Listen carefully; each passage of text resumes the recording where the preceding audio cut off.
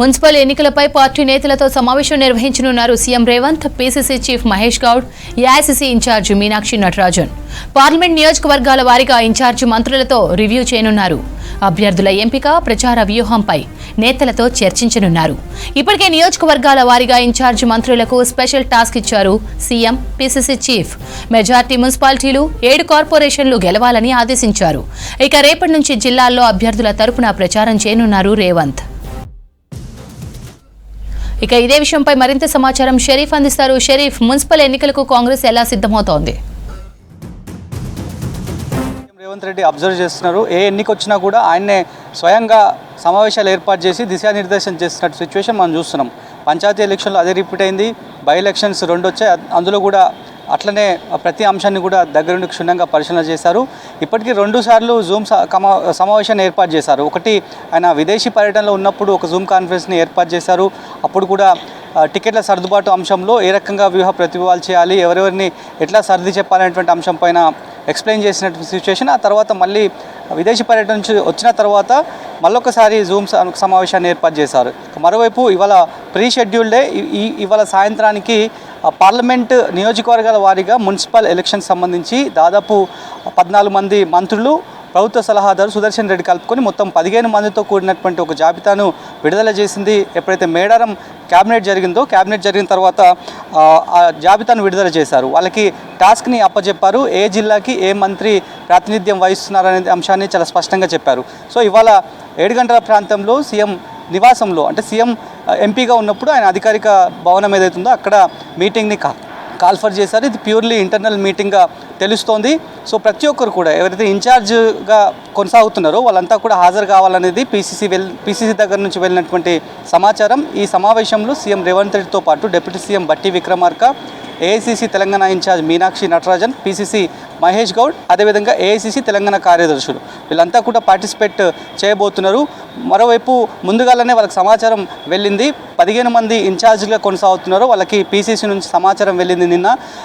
తాజా రాజకీయ పరిస్థితులు ఎట్లా ఉన్నాయి ఆయా నియోజకవర్గాలు, అంటే జిల్లా మొత్తం కాకుండా పార్లమెంట్ వైజ్గా తీసుకున్నారు కాబట్టి ఎక్కడ కూడా సమన్వయం లోపం కాకుండా ఈ రకంగా ఎక్సర్సైజ్ చేశారనేది పార్టీ వర్గాలు చెప్తున్నటువంటి పరిస్థితి.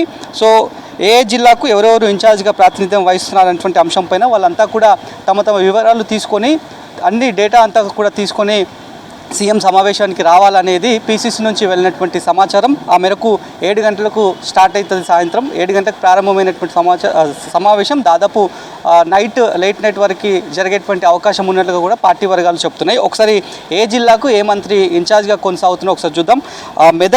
ఉమ్మడి మెదక్కి వివేక్ వెంకటస్వామి, నిజామాబాద్కి ఉత్తమ్, మల్కాజ్గిరికి కోమటిరెడ్డి, కరీంనగర్ తుమ్మల, నల్గొండ అడ్లూరి లక్ష్మణ్, వరంగల్ పొంగులేటి, పెద్దపల్లి జూపల్లి, భువనగిరి సీతక్క, ఖమ్మం కొండా సురేఖ, మహబూబాబాద్ పొన్నం, ఆదిలాబాద్ సుదర్శన్ రెడ్డి, మహబూబ్ నగర్ దామోదర్ రాజనరసింహ, జహీరాబాద్ అజారుద్దీన్, నాగర్ కర్నూలు వాకిటి శ్రీహరి వీళ్ళంతా మొత్తం 14 మంది మంత్రులు, ప్రభుత్వ సలహాదారు సుదర్శన్ రెడ్డిని కలుపుకొని 15 మంది ఇన్ఛార్జ్గా ఉన్నారు. కాబట్టి వీళ్ళంతా కూడా తమ నియోజకవర్గాల్లో తాజా పరిస్థితులు ఎట్లా ఉన్నాయి, ప్రభుత్వం అందిస్తున్నటువంటి గవర్నెన్స్ పట్ల ఏమనుకుంటున్నారు, ఫీడ్బ్యాక్ ఎట్లా ఉంది, మున్సిపల్లో ఎట్లా గెలవబోతున్నాము, మన పార్టీ గురించి ఏమనుకుంటున్నారు, ప్రభుత్వం గురించి ఏం మాట్లాడుకుంటున్నారు, టికెట్ల సర్దుబాటు ఎట్లా చేశారు, రెబల్స్ని ఎట్లా కన్విన్స్ చేశారు, ఒకవేళ వాళ్ళు సాక్రిఫైస్ చేస్తే ఏ అంశం వాళ్ళు సాక్రిఫైస్ చేశారు, నెక్స్ట్ వాళ్ళకి ఏం హామీ ఇచ్చారనేటువంటి అంశం పైన పూర్తి స్థాయిలో డేటా అంతా CM Revanth Reddy, incharge Meenakshi Natarajan, PCC chief Mahesh Goud ఈ సమావేశంలో తీసుకునే అవకాశం కనిపిస్తోంది.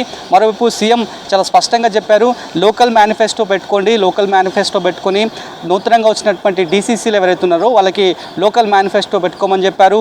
ఎక్కడెక్కడ లోకల్గా సమస్యలు ఉన్నాయి, ఏ ప్రాంతంలో ఇమీడియట్ వాళ్ళకి నీడ్ ఉంది, వాటన్నింటినీ కన్సిడర్ చేసుకొని ఒక లోకల్ మేనిఫెస్టోని రెడీ చేసుకోండి అనే అంశాన్ని చాలా స్పష్టంగా సీఎం రేవంత్ రెడ్డి చెప్పారు. కాబట్టి ఇప్పుడు జరిగేటువంటి సమావేశంలో మరికొన్ని అంశాలపైన క్లారిటీ ఇచ్చేటువంటి అవకాశం ఉందని చెప్పి పార్టీ వర్గాల నుంచి తెలుస్తోంది. 7 గంటలకి సమావేశం ప్రారంభం కాబోతుంది. ఎందుకంటే పార్టీ సింబల్తో జరిగేటువంటి ఎన్నిక కావడంతో సీఎం నేరుగా చాలా ఛాలెంజింగ్గా తీసుకున్నారు. దాంట్లో భాగంగానే గెలుపు బాధ్యత అంతా కూడా ఈ 15 మంది పార్లమెంట్ నియోజకవర్గ వారిగా ఇన్ఛార్జ్లుగా కొనసాగుతున్నారు. వాళ్ళకే గెలుపు బాధ్యత అప్పగించారు. ఒకవేళ పరిస్థితులు వేరే రకంగా వస్తే కనుక వాళ్ళని బాధ్యులు చేస్తామనేటువంటి అంశాన్ని చెప్పకనే సీఎం చెప్పినట్లుగా కూడా పార్టీలో చర్చ జరుగుతుంది కాబట్టి ఎక్కడ ఎలాంటి ల్యాప్సెస్ లేకుండా 90% మెజార్టీ స్థానాలు గెలిపే లక్ష్యంగా ముందుకు పోవాలి, ప్రతి ఒక్కరు గ్రౌండ్ జీరోలకు వెళ్ళి కష్టపడాలనే దిశగా సీఎం అయితే వాళ్ళందరికీ కూడా ఇన్స్ట్రక్ట్ చేసేటువంటి ఛాన్సెస్ కనిపిస్తున్నాయి.